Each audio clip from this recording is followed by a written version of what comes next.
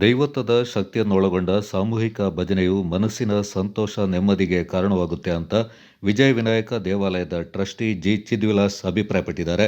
ನಗರದ ಆಂಜನೇಯ ದೇವಾಲಯದಲ್ಲಿ ಏರ್ಪಡಿಸಿದ್ದ ರಾಮಾಂಜನೇಯ ಭಜನಾ ಮಂಡಳಿಯ 35ನೇ ವಾರ್ಷಿಕೋತ್ಸವದ ಸಂದರ್ಭ ಏರ್ಪಡಿಸಿದ್ದ ಏಕಃ ಭಜನಾ ಕಾರ್ಯಕ್ರಮದ ಸಮಾರೋಪ ಸಮಾರಂಭದಲ್ಲಿ ಮಾತನಾಡಿದ ಚಿದ್ವಿಲಾಸ್, ಭಜನೆಗೆ ಇಹಲೋಕದ ಪರಿವನ್ನ ಮರೆಸುವ ಶಕ್ತಿ ಇದೆ.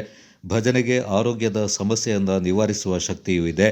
ಆಧ್ಯಾತ್ಮಿಕ ಚಿಂತನೆಗೆ ಕಾರಣವಾಗುವ ಸಾಮೂಹಿಕ ಭಜನೆಗೆ ಮನಸ್ಸಿನ ಸಂತೋಷ, ಪರಿಶುದ್ಧತೆ ಉಂಟುಮಾಡುವ ಶಕ್ತಿ ಸಿದ್ಧಿಸಿದೆ ಎಂದು ಅಭಿಪ್ರಾಯಪಟ್ಟರು.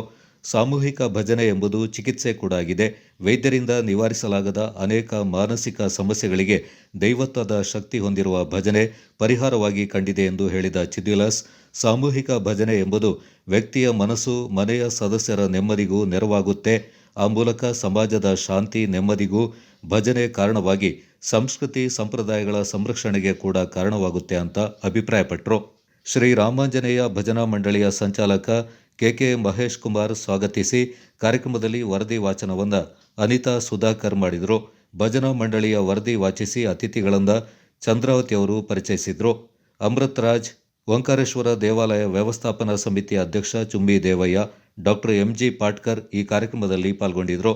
ನಗರಸಭಾಧ್ಯಕ್ಷೆ ಕಲಾವತಿ ದೀಪಜ್ಯೋನೆಯ ಮೂಲಕ ಏಕಃ ಭಜನೆಗೆ ಚಾಲನೆಯನ್ನು ನೀಡಿದರು.